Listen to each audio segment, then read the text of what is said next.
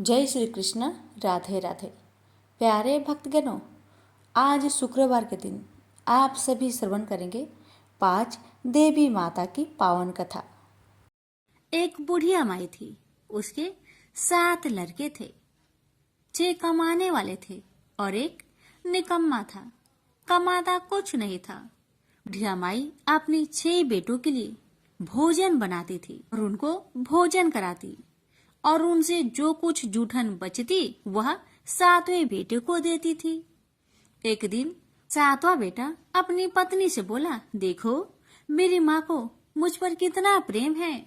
वह बोली, क्यों नहीं, सबका जो जूठा तुमको खिलाती है। वह बोला, ऐसा नहीं हो सकता। मैं जब तक अपनी आंखों से ना देख लूं, मैं मान नहीं सकता कि मेरी माँ मेरे साथ ऐसा कर सकती है। कुछ दिन बाद त्योहार आया। घर में 7 प्रकार के भोजन और चूरमे के लड्डू बने। अब सबसे छोटे लड़के ने, यानी कि 7वें लड़के ने, अपना सिर दुखने का बहाना बनाया और पतला चादर ओढ़कर रसोई घर में सो गया, ये देखने के लिए कि मेरी माँ मुझे जूठे भोजन देती है या फिर बनाई हुई ताजी भोजन देती है।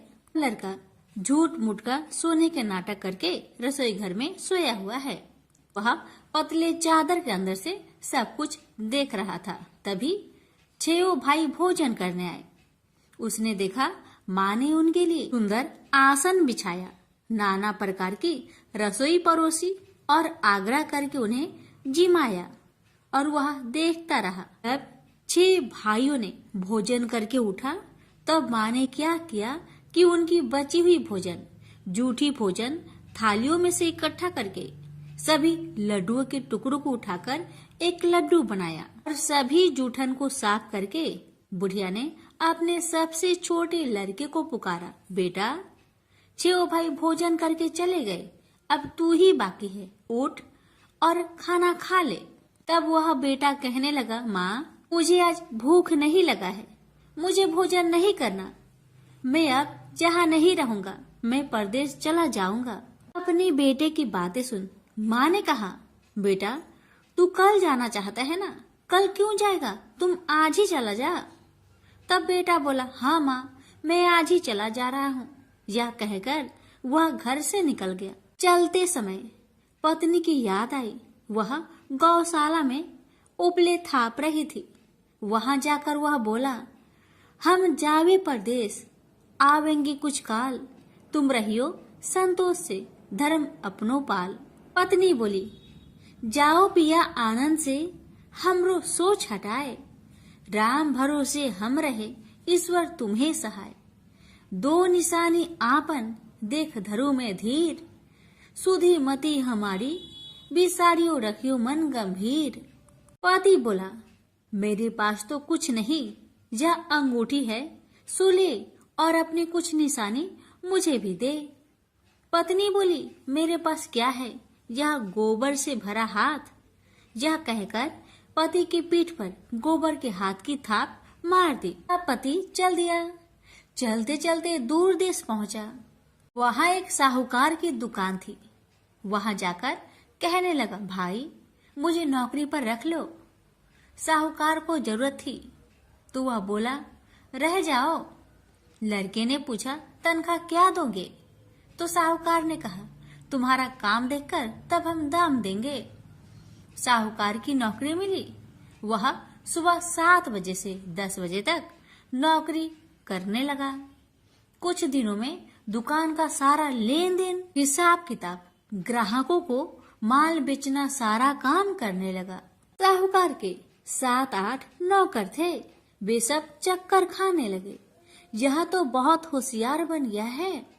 सेठ ने भी काम देखा और 3 महीने में ही उसे आधे मुनाफे का हिस्सेदार बना लिया। वह कुछ वर्ष में ही नामी सेठ बन गया और मालिक सारा कारोबार उस पर छोड़कर चला गया। इधर पति की अनुपस्थिति में उसकी पत्नी को सास ससुर दुख देने लगे।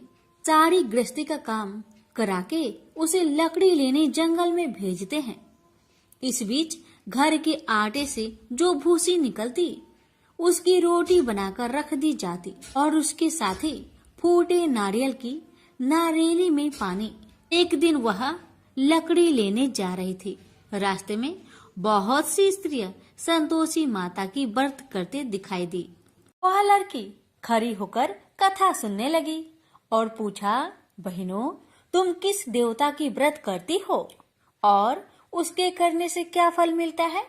यदि तुम इस व्रत का विधान मुझे समझाकर कहोगी तो मैं तुम्हारा बड़ा एहसान मानूंगी। तब उनमें से एक स्त्री बोली, सुनो बहन, यह संतोषी माता का व्रत है। इसके करने से निर्धनता, दरिद्रता का नाश होता है और जो कुछ मन में कामना हो सब संतोषी माता की कृपा से पूरी होती है। तब उसने उससे व्रत की विधि पूछी।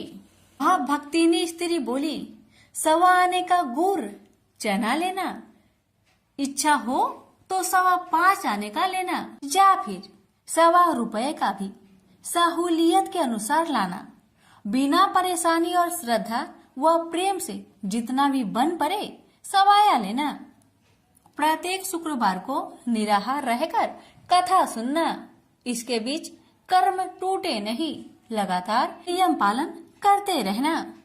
सुनने वाला कोई न मिले तो घी का दीपक जला उसके आगे या जल के पात्र के सामने रखकर कथा कहना। जब कार्य सिद्ध न हो नियम का पालन करना और कार्य सिद्ध हो जाने पर व्रत का उद्यापन करना। 3 मास में माता फल पूरा करती है। यदि किसी के ग्रह खोटे भी हो तो भी माता वर्ष भर में कार्य सिद्ध करती है। फल सिद्ध होने पर उद्यापन कर लेना चाहिए, बीच में नहीं। उद्यापन में 2.5 सेर आटे का खाजा तथा इसी परिमाण में खीर तथा चने का साग करना। 8 लड़कों को भोजन कराना। जहाँ तक मिले देवर, जेठ, भाई बंधु के हो, न मिले तो रिश्तेदारों और पास पड़ोसियों को बुलाना। उन्हें भोजन करा, यथाशक्ति दक्षिणा दे। माता का नियम पूरा करना। उस दिन घर में खटाई न खाना। यह सुन बुढ़िया माई के लड़के की बहू चल दी। रास्ते में लकड़ी की बोझ को बेच दिया और उन पैसों से गुड़ चना ले माता की व्रत की तैयारी कर आगे चली और सामने मंदिर देखकर पूछने लगी, यह मंदिर किसका है? सब कहने लगे, संतोषी माता का मंदिर है। यह सुनकर माता के मंदिर में जाकर चरणों में लौटने लगी। दीन हो विनती करने लगी, माँ, मैं निपट अज्ञानी हूँ, व्रत के कुछ भी नियम नहीं जानती, मैं दुखी हूँ। हे माँ, जगत जननी, मेरा दुख दूर कर, मैं तेरी शरण में आई हूँ। माता को दया आई। एक शुक्रवार बीता कि दूसरे को उसके पति का पत्र आया और तीसरे शुक्रवार को उसका भेजा हुआ पैसा आ पहुंचा। यह देख जेठ जेठानी मुंह सिडोकने लगी। लड़के ताने देने लगे। काकी के पास पत्र आने लगे, रुपया आने लगा। अब तो काकी की खातिर बढ़ेगी। बेचारी सरलता से कहती, भैया कागज आवे रुपया आवे, हम सब के लिए अच्छा है। ऐसा कहकर आंखों में आंसू भरकर संतोषी माता के मंदिर में आ मातेश्वरी के चरण में गिरकर रोने लगी। माँ, मैंने तुमसे पैसा कब मांगा है माँ? मुझे पैसे से क्या काम है माँ? मुझे तो अपने सुहाग से काम है। मैं तो अपनी स्वामी के दर्शन मांगती हूँ माँ।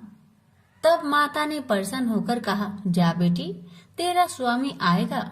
यह सुनकर खुशी से बावली होकर घर जा पहुंची, अपना काम काज करने लगी। अब संतोषी माँ विचार करने लगी, इस भोली पुत्री को मैंने कह तो दिया कि तेरा पति आएगा, लेकिन कैसे? वह तो इसे सपने में भी याद नहीं करता। उसे याद दिलाने को मुझे ही जाना पड़ेगा। इस तरह माता जी उस बुढ़िया के बेटे के पास जा सपना में प्रकट हो कहने लगी, साहूकार के बेटे, तुम सो रहा है या जागता है? वह कहने लगा, माता, मैं सोता भी नहीं जागता भी नहीं, कहो क्या आज्ञा है? माता कहने लगी, तेरे घर बार कुछ है कि नहीं? वह बोला, मेरे पास सब कुछ है माँ। माँ बाप है, पत्नी है, क्या कमी है माँ? माँ बोली, भोले पुत्र, तेरी पत्नी घोर कष्ट उठा रही है, तेरे माँ बाप उसे परेशान कर रहे हैं, वह तेरे लिए तरस रही है, तू उसकी सुधि ले। वह बोला, हाँ माता जी, यह तो मालूम है, परंतु जाऊं तो कैसे? परदेश की बात है, लेन देन का कोई हिसाब नहीं है, कोई जाने का रास्ता भी नहीं आता, कैसे चला जाऊं? माँ कहने लगी, मेरी बात मान, सवेरे नहा धोकर संतोषी माता का नाम ले, घी का दीपक जला, दंडवत कर दुकान पर बैठ, देखते देखते तेरा सारा लेन देन चुक जाएगा, जमा का माल बिक जाएगा, साज होते होते धन का भारी ढेर लग जाएगा। माता की बात मानकर वह नहा धोकर संतोषी माता को दंडवत घी का दीपक जला। थोड़ी देर में देने वाले रुपए लाने लगे, लेने वाले हिसाब लेने लगे, कोठे में भरे सामान की खरीदारी नगद दाम में दे सौदा करने लगे। शाम तक धन का भारी ढेर लग गया। मन में माता का नाम ले चमत्कार देख प्रसन्न होकर घर ले जाने के वास्ते गहना कपड़ा सामान खरीदने लगा। यह काम से निपट तुरंत घर को रवाना हुआ। उधर उसकी पत्नी जंगल में लकड़ी लेने जाती है। लौटते वक्त माता जी के मंदिर में विश्राम करती है। वह तो उसके प्रतिदिन रुकने का जो स्थान ठहरा। धूल उड़ती देख वह माता से पूछती है, हे माता, यह धूल कैसे उड़ रही है? माता कहती है, हे पुत्री, तेरा पति आ रहा है, अब तू ऐसा कर, लकड़ियों के 3 बोझ बना ले, एक नदी के किनारे रख और दूसरा मेरे मंदिर पर, वह तीसरा अपने सिर पर। तेरे पति को लकड़ियों का गट्टर देख मोह पैदा होगा, वह यहाँ रुकेगा, नाश्ता पानी खाकर माँ से मिलने जाएगा, तब तू लकड़ियों का बोझ उठाकर जाना और चौक में गट्टर डालकर जोर से आवाज देकर कहना, लो सासू जी, लकड़ियों का गट्टर लो, भूसी की रोटी दो, नारियल की खोपरे में पानी दो, आज मेहमान कौन आया है? माताजी बहुत अच्छा कहकर वह प्रसन्न मन से लकड़ियों के 3 गट्टर बनाई, एक नदी के किनारे पर और एक माताजी के मंदिर पर रखा। इतने में मुसाफिर आ पहुंचा। सूखी लकड़ी देख उसकी इच्छा उत्पन्न हुई कि हम यहीं पर विश्राम करें और भोजन बनाकर खा पी कर गाँव जाए। इसी तरह रुककर भोजन बना, विश्राम करके गांव को गया। सबसे प्रेम से मिला। उसी समय सिर पर लकड़ी का गट्टर लिए वह उतावली सी आती है। लकड़ियों का भारी बोझ आंगन में डालकर जोर से 3 आवाज देती है, लो सासू जी, लकड़ियों का गट्टर लो, भूसी की रोटी दो, आज मेहमान कौन आया है? यह सुनकर उसकी सास बाहर आकर अपने दिए हुए कष्टों को भुलाने हेतु कहती है, बहू ऐसा क्यों कहती है? तेरा मालिक ही तो आया है, आ बैठ, मीठा भात खा, भोजन कर, कपड़े पहन, गहने पहन। उसकी आवाज सुन उसका पति बाहर आता है, अंगूठी देख व्याकुल हो जाता है और माँ से पूछता है, माँ यह कौन है? माँ ने कहा, बेटा यह तेरी पत्नी है, जब से तू गया है तब से सारे गांव में भटकती फिरती है, घर का कामकाज कुछ नहीं करती, 4 पहर आकर खा जाती है। वह बोला, ठीक है माँ, मैंने इसे भी देखा और तुम्हें भी, अब दूसरे घर की ताली दो, मैं उसमें रहूंगा। माँ बोली, ठीक है, जैसी तेरी मर्जी। तब वह दूसरे मकान की 3री मंजिल का कमरा खोल सारा सामान जमाया। एक दिन में ही राजा के महल के जैसा ठाट बाट बन गया। अब क्या था, बहू सुख भोगने लगी। इतने में शुक्रवार आया।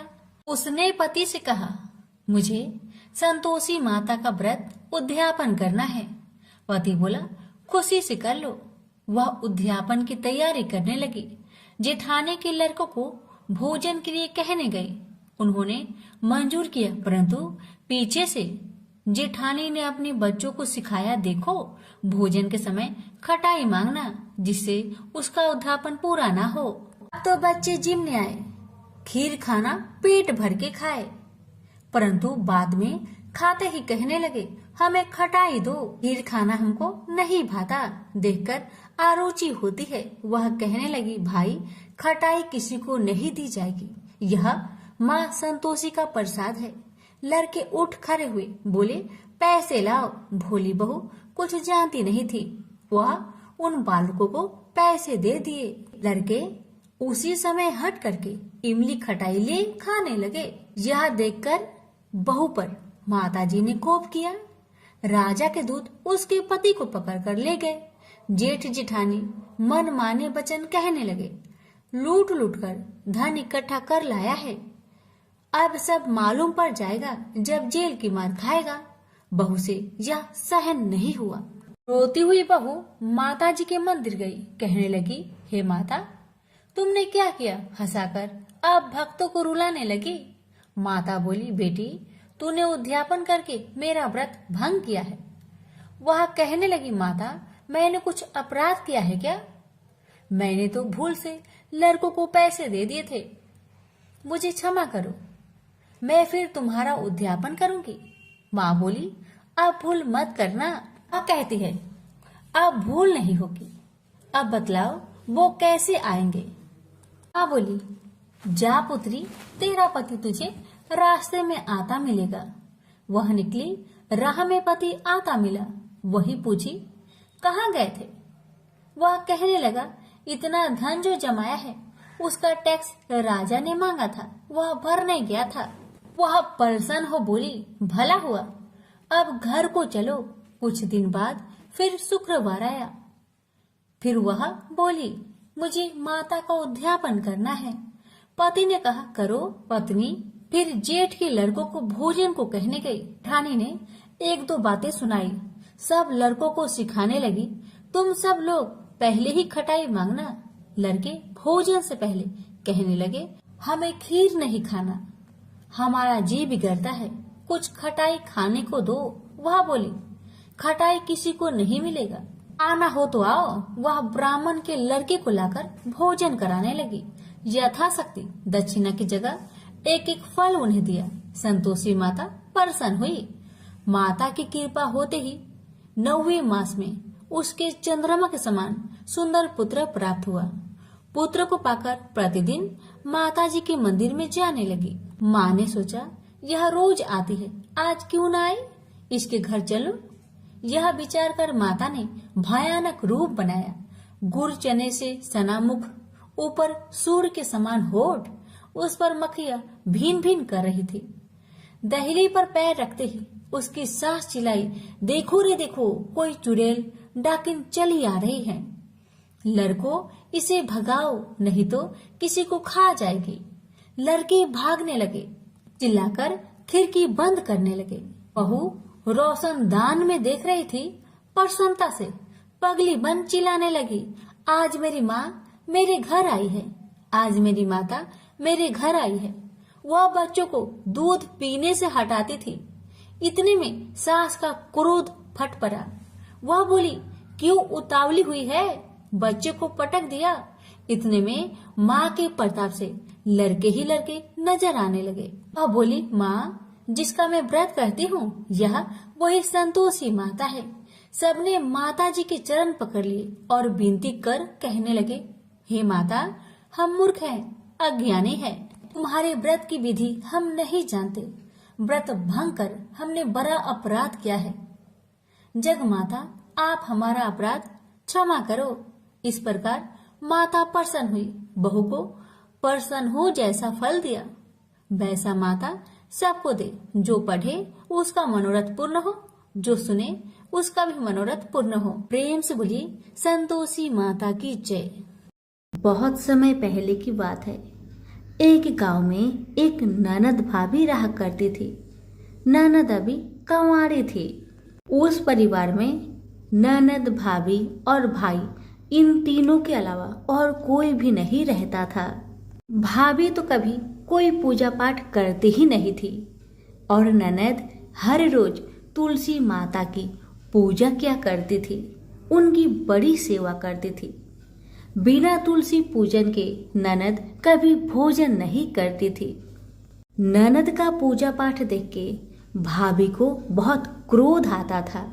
कभी कभी भाभी तो अपनी ननद से ऐसे भी कह देती थी कि जब तुम्हारा विवाह होगा ना तो मैं तुम्हें और बराती को तुलसी ही खाने दूंगी और दहेज में यही दूंगी।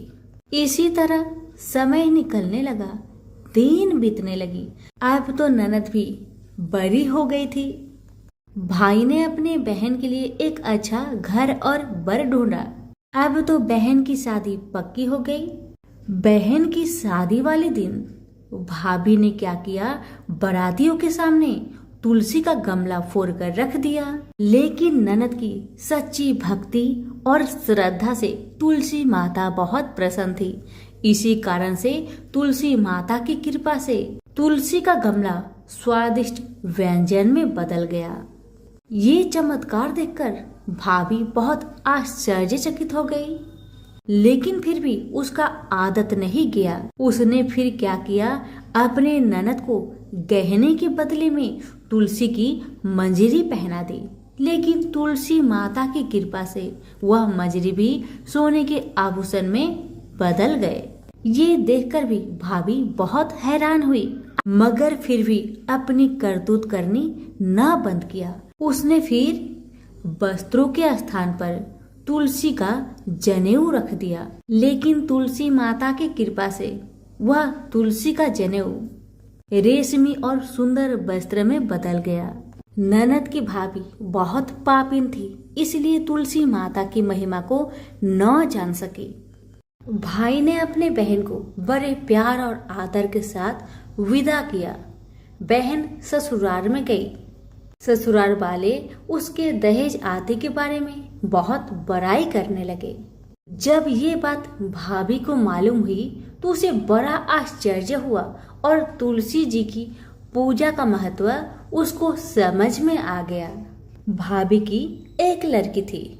अब भाभी सोचने लगी, क्यों ना मैं भी अपनी बेटी को तुलसी माता की पूजा करने को कहूँ। अब तो भाभी अपनी लड़की से कहने लगी कि तू भी तुलसी माता की सेवा कर, तुझे भी बुआ की तरह फल मिलेगा।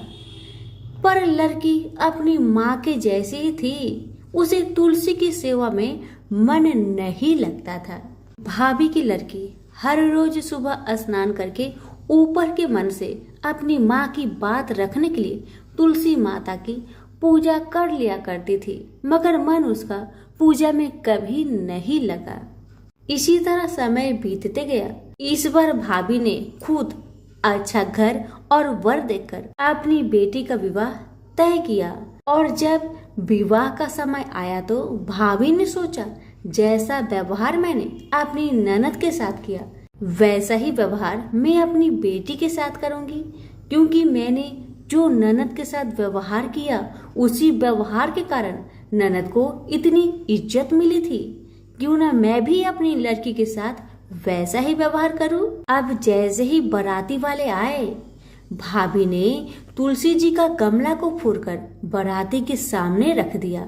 परंतु इस बार मिट्टी मिट्टी ही रही। मंजरी व पत्ते भी अपने पूर्व रूप में ही रहे तथा जनेऊ भी जनेऊ ही रहा। सभी बाराती भाभी की बुराई करने लगे। ससुराल में भी लड़की की और उसकी माँ की बहुत बुराई हो रही थी। भाभी को अपनी ननद से बहुत जलन होता था।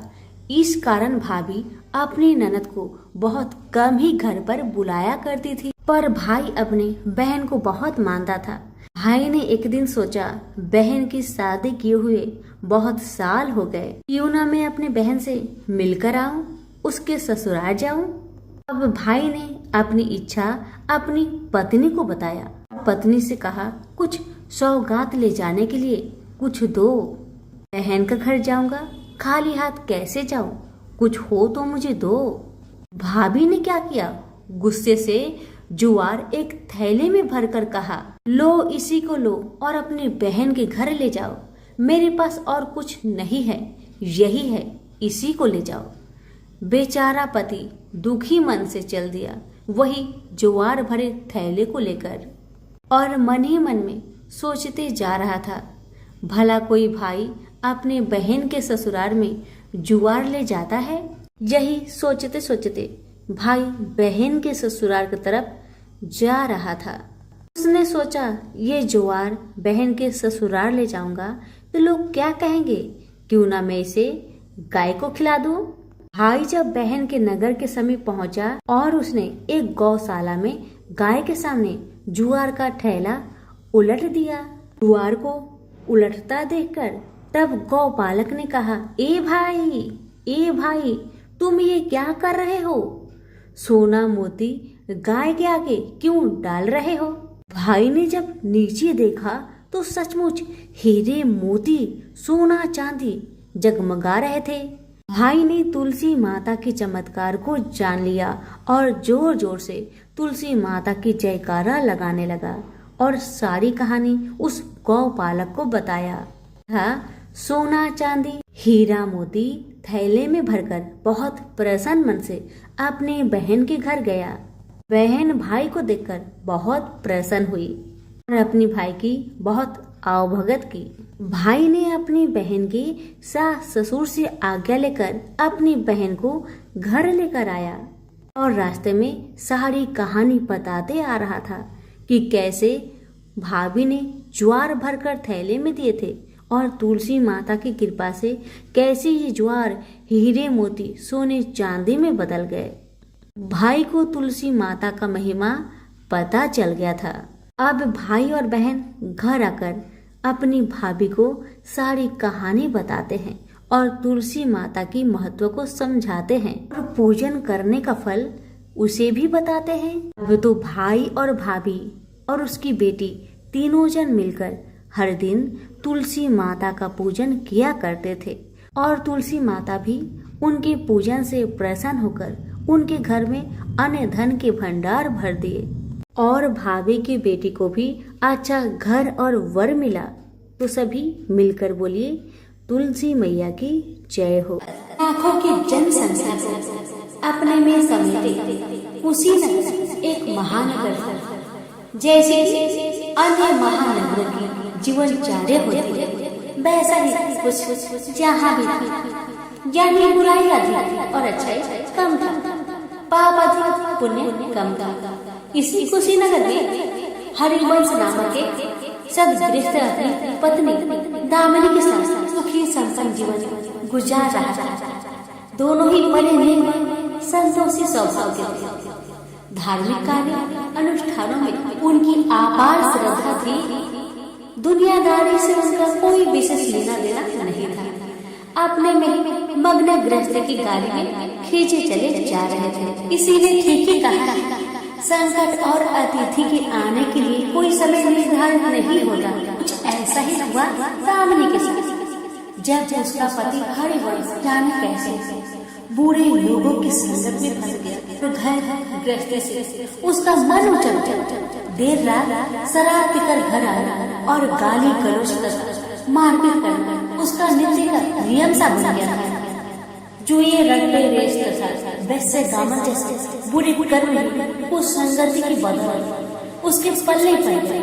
धन कमाने की तीव्र लालसा हरिवंश की बुद्धि हर और उसको अच्छे बुरे का भी ज्ञान न रहा। घर में जो कुछ भी था सब उसके दुर्शनों की भेंट चढ़ गया। जो लोग पहले उसका सम्मान करते थे अब उसे देखते ही रास्ता बदलने लगे। भुखमरी की हालत में भिखमंगों के समान उनकी स्थिति हो गई थी। लेकिन दामिनी बेहद संयमी और आस्थावान तथा संस्कारी स्त्री थी। ईश्वर पर उसे अटल विश्वास था। जानती थी कि यह सब कर्मों का फल, दुख के बाद सुख तो एक दिन आना है। इस आस्था को मन में वह ईश्वर भक्ति में लीन रही और प्रार्थना करती थी उसके दुख शीघ्र दूर हो जाए। समय का चक्र अपनी रफ्तार से चलता रहा। अचानक एक दिन दोपहर के समय द्वार पर हुई दस्तक की आवाज सुनकर दामिनी की तंद्रा भंग हुई। अतिथि सत्कार के भय मात्र से उसकी अंतरात्मा कांप उठी, क्योंकि घर में अन्न का एक दाना भी नहीं था तो अतिथि की सेवा में अर्पित किया जा सकता। फिर भी संस्कारों की ऐसी परवरता थी कि उसका मन अतिथि सत्कार को उद्धत हो उठा। उसने उठकर द्वार खोला, देखा सामने एक दिव्य पुरुष खड़ा था। बड़े बड़े वाले श्वेत केश, चेहरे को ढके हुए लहराते डाढ़, गेरुए वस्त्र का अवतरण पहने उनके चेहरे से तेज टपक पड़ रहा था। आंखों मानो अमृत वर्षा कर रही हो। उस दिव्य पुरुष को देखकर दामिनी को अपार शांति का अनुभव हुआ और वह उसे देखते समझ गई कि आगार वास्तव में कोई पहुंचा हुआ सिद्ध महात्मा है। उनके मन में अतिथि के प्रति गहरी श्रद्धा के भाव उमड़ पड़े और वह उसे सम्मान से घर के भीतर ले आई। दामिनी ने जब उसे फटे हुए आसन पर बैठाया तो वह मारे लज्जा की जमीन पे गर से गई। उधर वह पुरुष दामिनी की ओर एकटक निहारे जा रहे थे। घर में जो कुछ बचा खुचा था दामिनी ने अतिथि सेवा में अर्पित कर दिया, पर उसने इस पर कोई ध्यान नहीं दिया। वह तो बस दामिनी को यूं ही निहारे जा रहे थे, मानो उसे कुछ याद दिलाने की चेष्टा कर रहे थे। जब काफी देर तक दामिनी कुछ न बोली तो उन्होंने कहा, बेटी मुझे पहचाना नहीं क्या? उसका यह प्रश्न सुनकर दामिनी जैसे सोते से जागी और अत्यंत सकुचाते मृदुल स्वर में बोली, महाराज मेरी धृष्टा को क्षमा करें, तो आप जैसे दिव्य पुरुष को मैं पहचान कर नहीं पहचान पा रही हूँ। पारिवारिक कष्टों ने तो जैसे कि मेरी सोचने समझने की शक्ति छीन लिया है, लेकिन यह निश्चित है कि संकट के इस घड़ी में मुझे आप जैसे साधु पुरुष की सहारा है। तभी जैसे दामिनी को कुछ याद आया, वह उस साधु के चरणों में गिरकर बोल उठी, अब मैं आपको पहचान गई हूँ महाराज। स्नेहारूपी अमृत की वर्षा करने वाले अपने सुख चिंतन को कोई कैसे भूल सकता है भला? वास्तव में वह साधु मंदिर की राह के मध्य में बनी अपनी कुटिया के बाहर बट वृक्ष के नीचे बैठ साधना किया करते थे और मंदिर आने जाने वालों सभी श्रद्धालुओं से प्रणाम करके स्वयं को कृतार्थ अनुभव करते थे। दामिनी भी उनमें से एक। जब पिछले काफी दिनों से उसने उसे मंदिर की ओर आते जाते नहीं देखा तो उसकी कुशल क्षेम जानने के लिए पूछताछ करते हुए उसके घर की ओर आ निकले। मैंने अभी अपनी सोच में ही डूबी हुई थी कि साधु महाराज ने मौन भंग किया। क्या कारण है पुत्री, तू आजकल मंदिर आती जाती दिखाई नहीं पड़ती? तुझे क्या कष्ट है बता, शायद मैं तेरी कुछ सहायता कर सकूं। व्यक्तिगत दुखों के बोझ तले दबा हो तो ऐसे में सहानुभूति के दो काफी बोल काफी होते हैं। दामिनी भी खुद पर संयम नहीं रखी और बिखर कर रोने लगी। तभी वह साधु वात्सल्य पूर्वक स्वर में बोली, मन छोटा करने की समस्या हल नहीं होती। सुख दुख तो एक गाड़ी के दो पहियों के समान है, इनका आना जाना तो जिंदगी भर लगा ही रहता है। अपना दुख किसी को बता देने से मन हल्का हो जाता है। कुछ देर चुप रहने के बाद दामिनी ने बोलना शुरू किया, महाराज सर्व सुखों से भरपूर था मेरा घर, कण कण में खुशियों का नृत्य होता था। पति भी नेक और ईमानदार था, सदा जीवन उच्च विचार की आधारशिला पर टिकी हुई थी। हमारी गृहस्थी रुपए पैसे की कोई कमी नहीं थी। सुबह शाम घर में ईश्वर वंदना होती थी, लेकिन अचानक न जाने किसकी नजर लगी, हमारा भाग्य हमसे फुट सा गया। मेरे पति उस संगति में फंसकर अपना सब कुछ गवा बैठे। अब तो ऐसा लगता है जैसे साथ छोड़कर जाने को तैयार बैठा है। भिखारियों से भी बदतर स्थिति हो गई है हमारी। दामिनी की करुण व्यथा सुनकर साधु का हृदय हाहाकार कर उठा। वह द्रवित स्वर में बोल उठी, बेटी कर्म का लेखा तो भोगना ही पड़ता है। तुम्हारे कष्टों का भी कर्मों से नाता है, लेकिन तुम चिंता न करो, सब कुछ पहले जैसा हो जाएगा। दुख के बाद सुख आता है, दुख सह भी सुख की सच्ची अनुभूति हो ही नहीं सकती। तुम माँ लक्ष्मी के प्रति श्रद्धा जारी रखो। सबका उद्धार करने वाले प्रेम का छलकता साजा है माँ लक्ष्मी। अपने भक्तों पर सदैव उनकी कृपा दृष्टि रहेगी। तुम संपूर्ण आस्था के साथ माँ वैभव लक्ष्मी का व्रत करना शुरू करो, तुम्हारी साधना अवश्य रंग लाएगी। दामिनी एक संस्कारी स्त्री थी, धर्म कर्म में उसकी आगाध आस्था था। माँ वैभव लक्ष्मी के व्रत की बात सुनकर उसका चेहरा दमक उठा। बोली, महाराज, यदि इस व्रत को करने से मेरे परिवार पर आई विपदा टल सकती है तो मैं इसे जरूर करूँगा। आप मुझे बताएं कि इस व्रत को कर और कैसे किया जाता है। साधु महाराज दामिनी की भक्ति भावना देखकर प्रसन्न होकर बोले, बेटी, सारे जगत का कल्याण करने वाली माँ वैभव लक्ष्मी की व्रत की विधि में कल्याण तुम्हें बता रहा है। प्रत्येक शुक्रवार को यह व्रत किया जाता है। सर्वप्रथम जितने शुक्रवार को यह व्रत करना हो उसका संकल्प लेकर माँ वैभव लक्ष्मी को मन ही मन प्रणाम करें। स्नान आदि से निवृत्त होकर स्वच्छ धवल वस्त्र पहनकर पूर्व दिशा की ओर मुख करके आसन पर बैठे। सामने चौकी पर चावल की एक ढेरी लगाकर उस पर पानी से भरा कलश स्थापित करें जो तांबे का होना चाहिए। कलश को कटोरी से ढक दें और उस कटोरी में कोई भी स्वर्ण भूषण रखें। सोना ना हो तो चांदी का भूषण रखें। वह भी पास ना हो तो रुपए का सिक्का भी काम दे सकता है। शुद्ध घी का दीपक तथा अगरबत्ती जलाएं और मन ही मन पूर्ण श्रद्धा के साथ माँ वैभव लक्ष्मी का जाप करें। श्री यंत्र माँ लक्ष्मी का प्रिय यंत्र है, उसे सत नमन करें। श्री यंत्र उपलब्ध न हो तो पुस्तक में दिए गए उसके स्वरूप से काम चल जाए। साथ ही माँ वैभव लक्ष्मी के सभी स्वरूप को नमस्कार करें। कटोरी में रखे गहने या रुपए पर हल्दी, कुमकुम तथा अच्छा अर्पित करें। कोई भी मिष्ठान प्रसाद रूप में रखें। संभव न हो पाए तो गुड़िया शक्कर से भी काम चला सकते हैं। फिर श्रद्धा पूर्वक माँ की आरती करें। 14 बार प्रेम सहित बोले, जय माँ वैभव लक्ष्मी।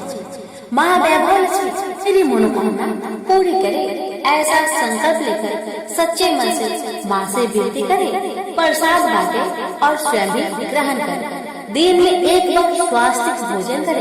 यदि संभव हो तो उपवास रखे। पूजा में रखा गहना या रुपया लाल कपड़े में लपेट सुरक्षित रखे। यह आगे आने वाले शुक्रवार को पूजा में काम आएगा। कलश में भरा जल तुलसी के पौधे को समर्पित करे तथा अच्छा पंछियों को आहार स्वरूप डाले। ऐसी शास्त्रोक्त विधि से व्रत करने वालों को शीघ्र फल मिलता है। साधु महाराज के मुख रविंद्र से यह वृत्तांत सुनकर दामिनी पुलकित हो उठी। उनके चरण स्पर्श कर उत्साहित स्वर में बोली, लगे हाथ उद्धापन की विधि भी बता दे महाराज, इसके बिना तो अधूरा ही रह जाएगा। अवश्य बेटी कहकर साधु महाराज उद्धापन की विधि बताने लगे। चाहे जितने भी शुक्रवार प्राय 11 या 21 करने का संकल्प लिया हो, लेकिन मन में माँ वैभव लक्ष्मी के प्रति श्रद्धा तथा आस्था बराबर बनी रहनी चाहिए। जिस दिन अंतिम शुक्रवार का व्रत हो उस दिन शास्त्रोक्त विधि से उद्यापन किया जाता है।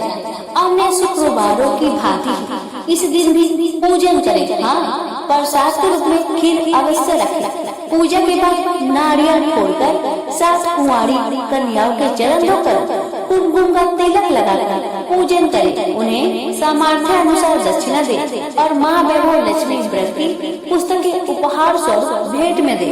फिर प्रसाद के रूप में खीर वितरित करें। अब माँ वैभव लक्ष्मी के सभी स्वरूप को मन ही मन नमन करते हुए कहे, हे माँ, यदि मैंने शुद्ध तथा निर्मल हृदय से आपकी स्तुति करते हुए वैभव लक्ष्मी व्रत विधान अनुसार पूर्ण किया हो तो मेरी मनोकामना सही पूर्ण करना।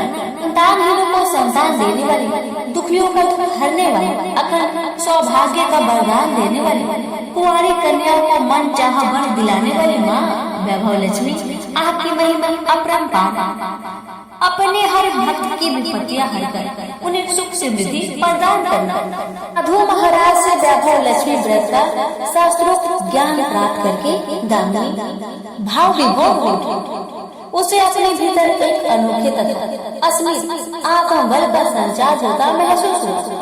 उसने भी माँ वैभव लक्ष्मी की 21 व्रत आदि शुक्रवार से शुरू करने का संकल्प लेकर साधु महाराज को आदर सहित विदा किया और मन ही मन माँ वैभव लक्ष्मी का स्तुति गान करने लगे। 2 दिन बाद ही शुक्रवार आ गया। उससे पहली रात दुखों की मारी दामिनी ठीक से सो भी नहीं सकी।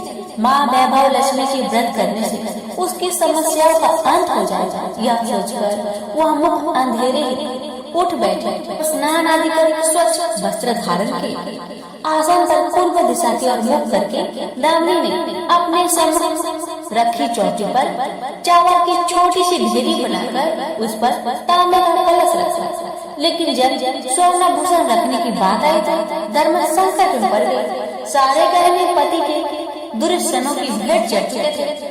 विवाहित स्त्री थी तो मंगलसूत्र भी उतार कर नहीं रख सकती थी और कोई गहना था ही नहीं। तभी उसे उस नन्ही पायलों का स्मरण आया जो उसने अपने आने वाली संतान के लिए बनवा कर रखे थे और अपने पति की निगाहों से भी बचा कर रखे थे। उसने झटपट वह पायल निकाली और गंगा जल से धोकर उसे शुद्ध करके कलश पर रखा, कटोरी में डाल दिया। डिब्बे के तले से बची कुची शक्कर निकालकर उसे प्रसाद के रूप में रखा और विधि अनुसार व्रत किया। सर्वप्रथम उसने अपने पति को प्रसाद दिया। आने वाला पूरा सप्ताह बड़ी ही हंसी खुशी से बीता। बात बात पर झल्ला उठने वाला उसका पति अपेक्षाकृत शांत तथा संयम रहा। कोई मारपीट तथा कलेश घर में नहीं हुआ। इसे दामिनी ने माँ वैभव लक्ष्मी का चमत्कार समझा और मन ही मन उन्हें प्रणाम किया। वैभव लक्ष्मी के प्रति उसकी आस्था और भी बलवती हो गई। प्रकार स्रोत विधि से दामिनी ने 20 शुक्रवार के व्रत पूरे कर लिए। इस बीच कई परिवर्तन हुए थे। उसका पति कुसंगति छोड़कर सीधे राह पर आ गया और उसका कामकाज भी जमने लगा था। घर में याद किसी चीज की बहुतायत नहीं थी तो कमी भी नहीं रही। यह सब माँ वैभव लक्ष्मी के चमत्कार और दामिनी की आस्था का विश्वास का परिणाम था। 21वें शुक्रवार को व्रत का उद्यापन करना था। साधु महाराज के वचन अब भी मानो दामिनी के कानों में गूंज रहे थे। उनकी बताई विधि के अनुसार ही दामिनी ने शास्त्रोक्त विधि से उद्यापन किया। 7 कुंवारी कन्याओं को भोजन कराकर दक्षिणा दी। आसपास की सौभाग्यवती स्त्रियों में प्रसाद तथा वैभव लक्ष्मी व्रत कथा की पुस्तकें वितरित की। माँ वैभव लक्ष्मी के हर स्वरूप प्रणाम किया और कहा, आपकी महिमा निराली है माँ। आपने मेरे सारे दुख हर लिए, मेरी सभी मनोकामनाएं पूर्ण कर दी माँ। मेरा उजरा घर जिसे बस गया। मेरा यह नया जीवन आप ही की देन है माँ। मैं आजीवन आपकी पूजा अर्चना करूंगी और दूसरों को भी आपकी महिमा से अवगत कराकर वैभव लक्ष्मी व्रत रखने के लिए प्रेरित करूंगी। तो बोलिए प्रेम से जय माँ वैभव लक्ष्मी की जय। आपकी सदा ही जय है। संतोषी माता के व्रत करने वाला कथा कहते वह सुनते समय हाथ में गुड़ व भुने चने रखे। सुनने वाली संतोषी माता की जय, संतोषी माता की जय, इस प्रकार जय जयकार मुख से बोलते जाए। कथा समाप्त होने पर हाथ का दूध चना गौ माता को खिलाए। कलश में रखा हुआ गुड़ चना सबको प्रसाद रूप में बांटे। कथा से पहले कलश को जल से भरे, उसके ऊपर गुड़ चने से भरा कटोरा रखे। कथा समाप्त होने और आरती होने के बाद कलश के जल को घर में सब जगह पर छीन के और बचा हुआ जल तुलसी की क्यारी में डाल। 1.25 रुपए का गुड़ चना लेकर माता का व्रत करे।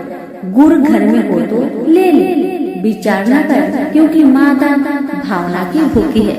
कम ज्यादा का कोई विचार नहीं चाहिए। जितना भी आपसे बन पड़े अर्पण करे।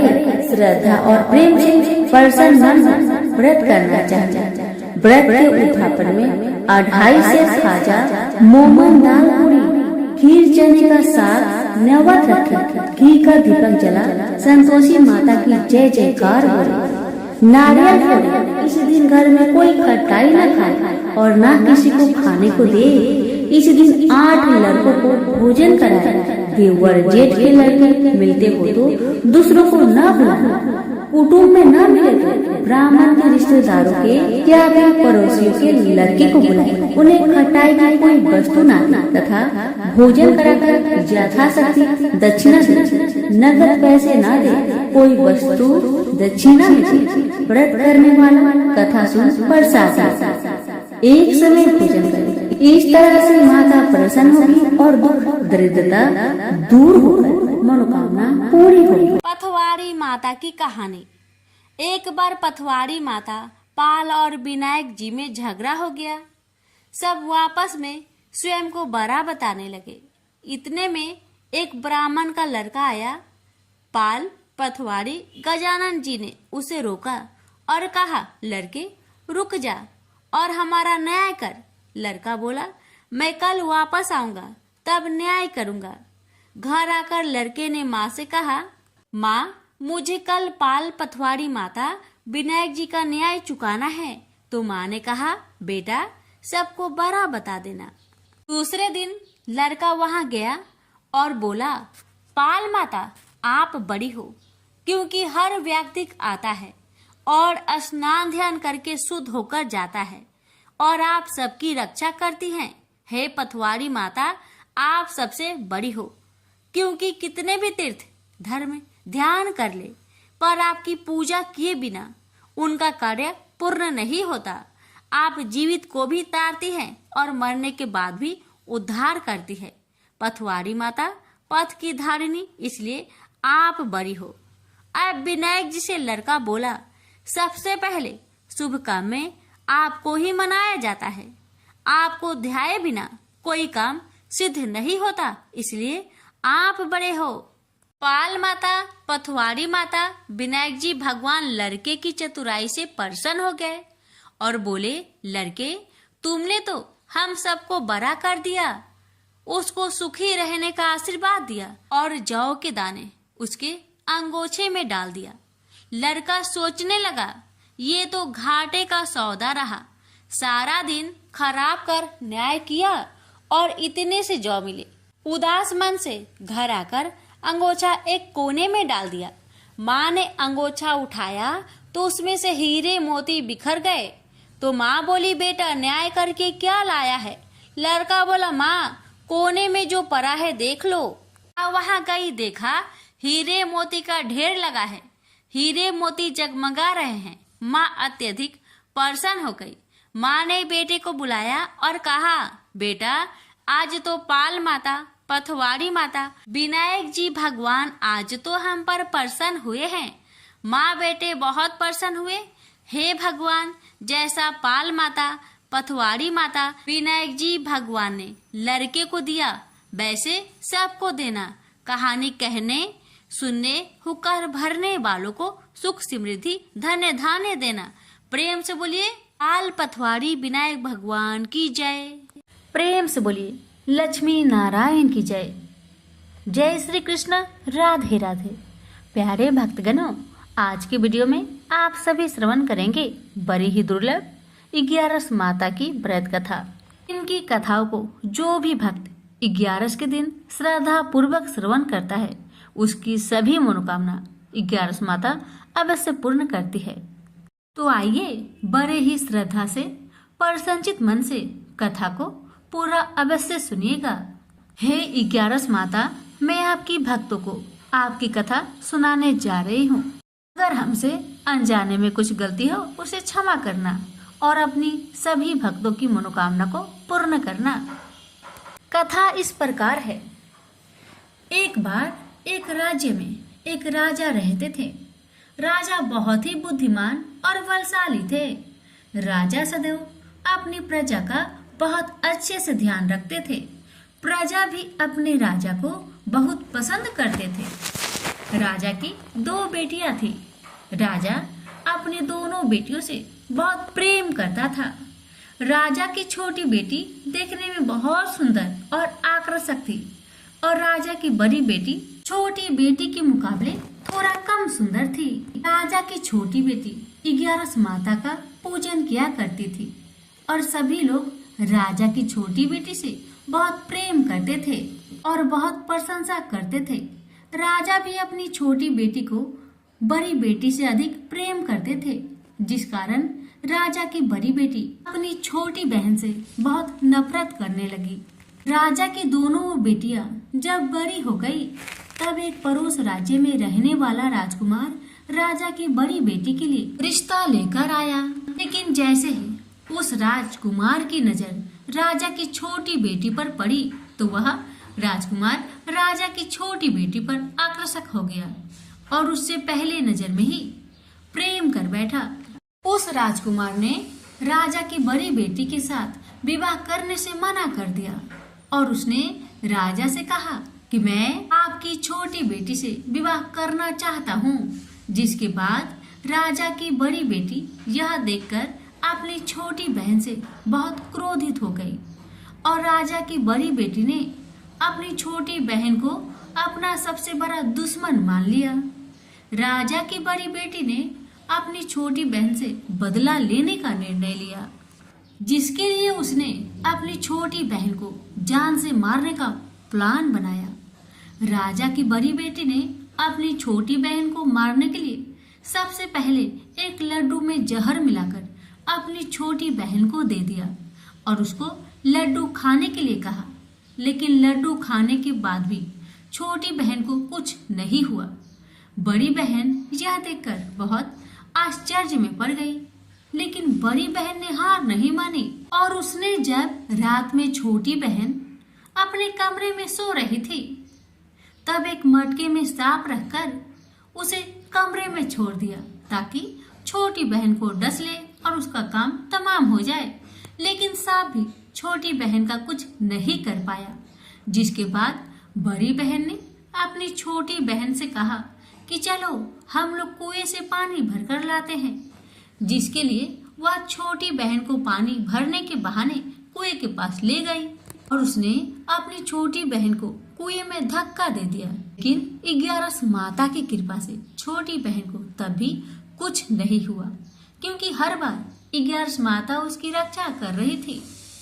और उधर बड़ी बहन अपने सारे प्रयासों के बाद असफल हो रही थी, जिससे वह बहुत क्रोधित हो जा रही थी। फिर उसने अपनी छोटी बहन के पास जाकर उससे खुद पूछा कि मेरी छोटी बहन, तुमको पता है भगवान ने सबकी मृत्यु एक निश्चित समय पर लिखी हुई है और कैसे तुम्हारी मृत्यु होगी क्या यह तुम जानती हो? तब छोटी बहन ने अपनी बड़ी बहन को बताया कि हाँ, मैं जानती हूँ मेरी मृत्यु कैसे होगी।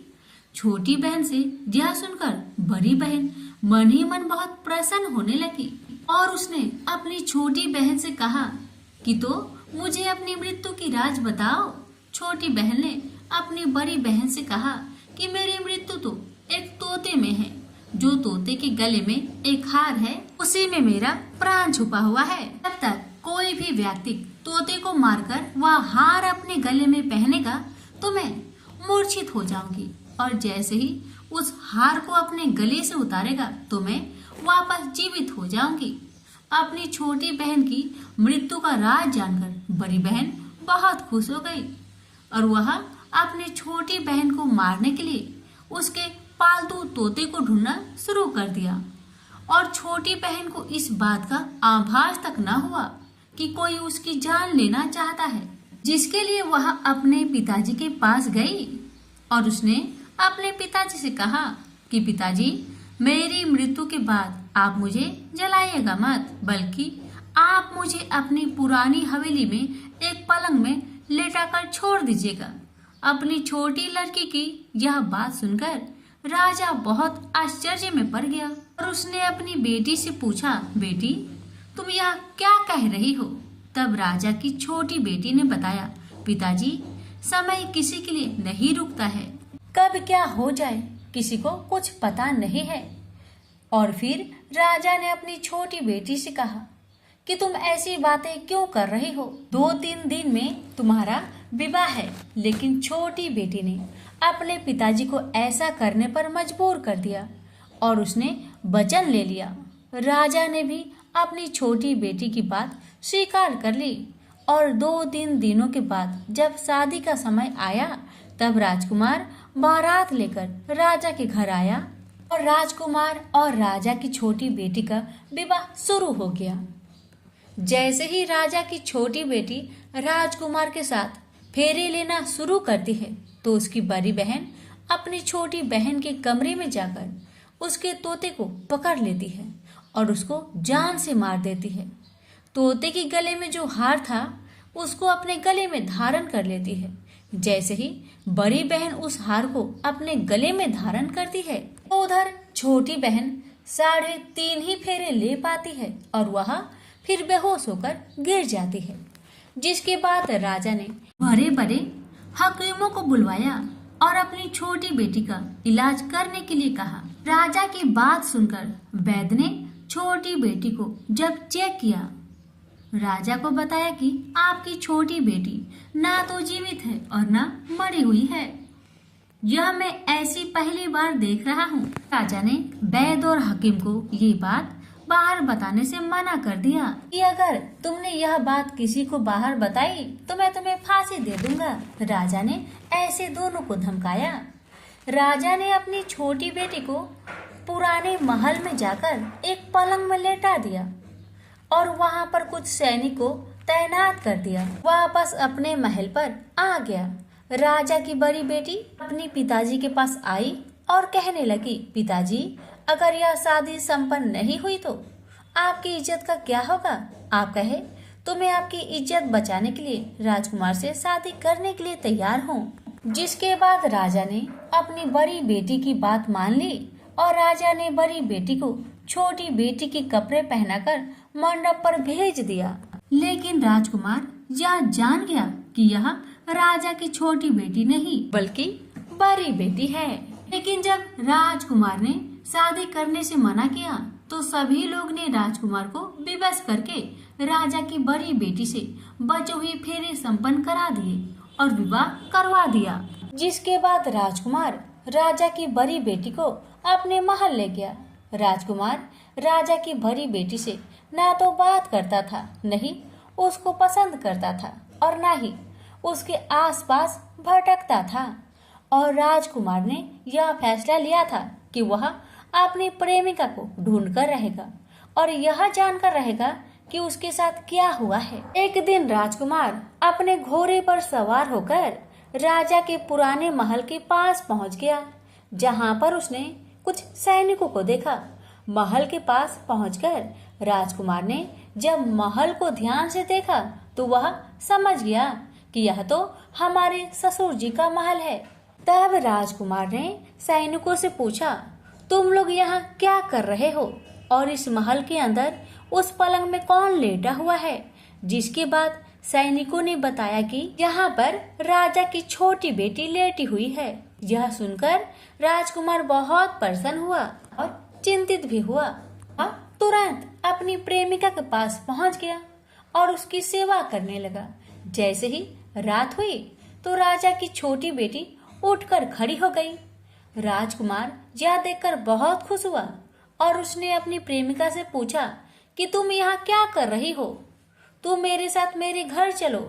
राजा की छोटी बेटी ने राजकुमार को सारी बातें बता दी कि मेरी जान एक तोते में बसी थी और मैंने यह सब सिर्फ अपनी बड़ी बहन को बताया था और मुझे पता है कि उसने ही मुझे मारने का प्रयास किया है। उसके पास एक हार है जिसको वह सुबह पहन लेती है और रात को उतार देती है। जब तक वह हार को पहने रहती है तब तक मैं मूर्छित रहती हूँ और जैसे ही वह हार को उतार देती है तो मैं जीवित हो जाती हूँ और जब तक मेरी बहन के पास वह हार है तब तक मैं ऐसे ही जीवित और मूर्छित होती रहूंगी। अगर मेरी बड़ी बहन के पास जो हार वह मेरे हाथ लग जाए तो मैं हमेशा के लिए जीवित हो जाऊंगी। राजकुमार यह बात सुनकर राजा की छोटी बेटी के पास रहने का निर्णय ले लिया और उसने अपने बचे हुए सारे फेरे उस पलंग में लेटी राजकुमारी की छोटी बेटी के साथ ले लिए और अपना विवाह को पूर्ण कर लिया और वहीं पर रहने लगा।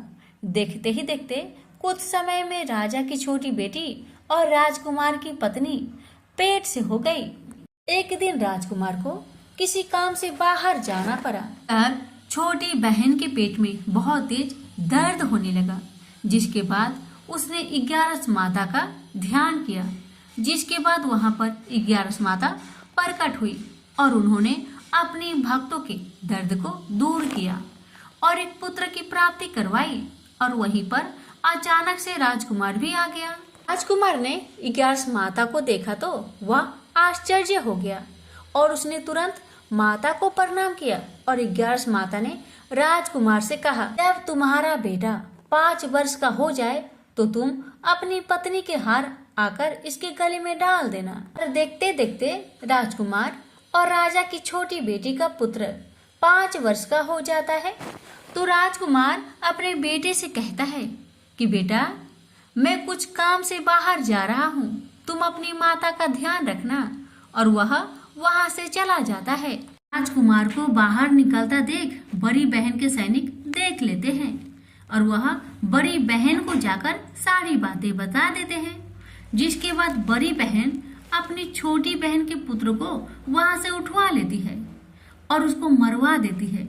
छोटी बेटी के पुत्र के 2 टुकड़े करवा देती है। पहला टुकड़ा चक्की के पास छुपा देती है और दूसरा टुकड़ा अपनी पलंग के नीचे रख देती है। 11 माता बड़ी बहन की सारी करतूत अपनी आंखों से देख रही थी। उनसे रहा नहीं गया। वह एक भिखारी का रूप लेकर बड़ी बहन के पास चली आती है, जिसके बाद वहां पर भिक्षा मांगने लगती है। बड़ी बहन अपने नौकरों से कहती है कि जाकर भिक्षा दे दो, लेकिन जैसे ही नौकर 11 माता को भिक्षा देने के लिए आते हैं तो माता उन्हें मना कर देती है और कहती है कि मैं तुम्हारे महारानी से ही भिक्षा लूंगी, जाओ जाकर कह दो। इसके बाद बड़ी बहन स्वयं ही भिक्षा देने के लिए माता के पास आती है। तब माता एक बिल्ली का रूप लेकर उसके कमरे में चली जाती है और वहां पर छोटी बेटे के पुत्र के टुकड़े को जोड़ देती है और उसे जीवित कर देती है। उसे वहां से ले जाती है। राजकुमार अपने बेटे को लेकर अपनी पत्नी के पास जाता है और उसे कहता है कि तुम इसका ध्यान रखना।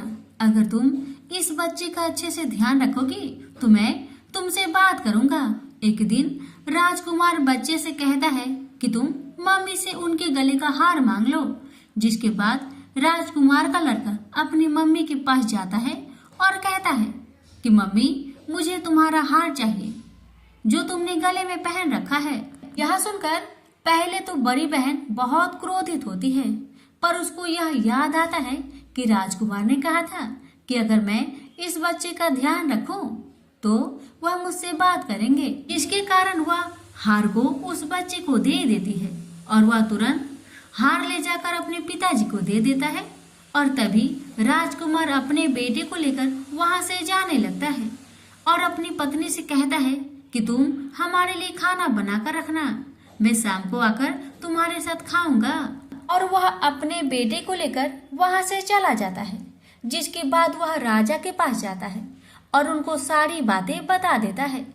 राजा अपनी बड़ी बेटी की यह करतूत सुनकर बहुत क्रोधित होते हैं और अपनी परवरिश पर ही दोष देने लगते हैं और राजकुमार को अपनी छोटी बेटी के साथ रहने के लिए आदेश देते हैं। 11 माता की कृपा से राजा की छोटी बेटी राजकुमार के साथ सुखी जीवन व्यतीत करने लगी और हर 11 को 11 माता का व्रत करने लगे।